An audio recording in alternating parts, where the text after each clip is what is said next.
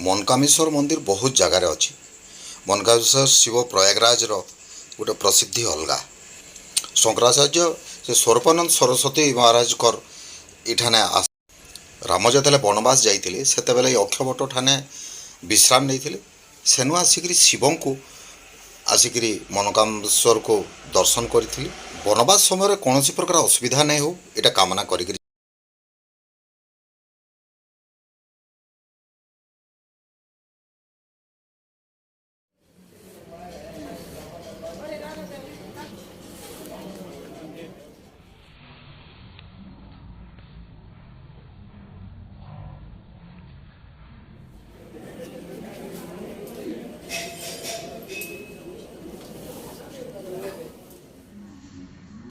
गोटे नुआ कथाटे आम एने देखलु जे मनकामेश्वर को सेने गंजेई पतर अर्पण कराहोछि, तांको पूजा कराहोछि। जेंता बेलपत्र दियाहेछि सेंता गंजेई पत्र दियाहोछि।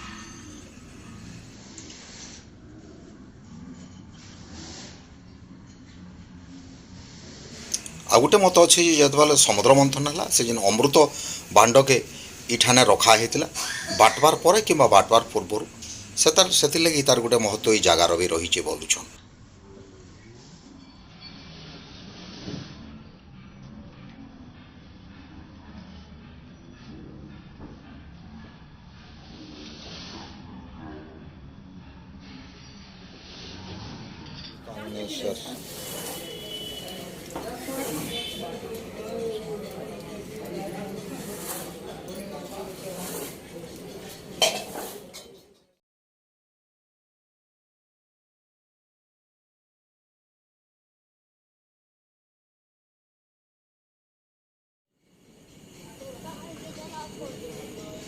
मनकामेश्वर मंदिर उपरू एटा हूँ जमुना नदीर दृश्य।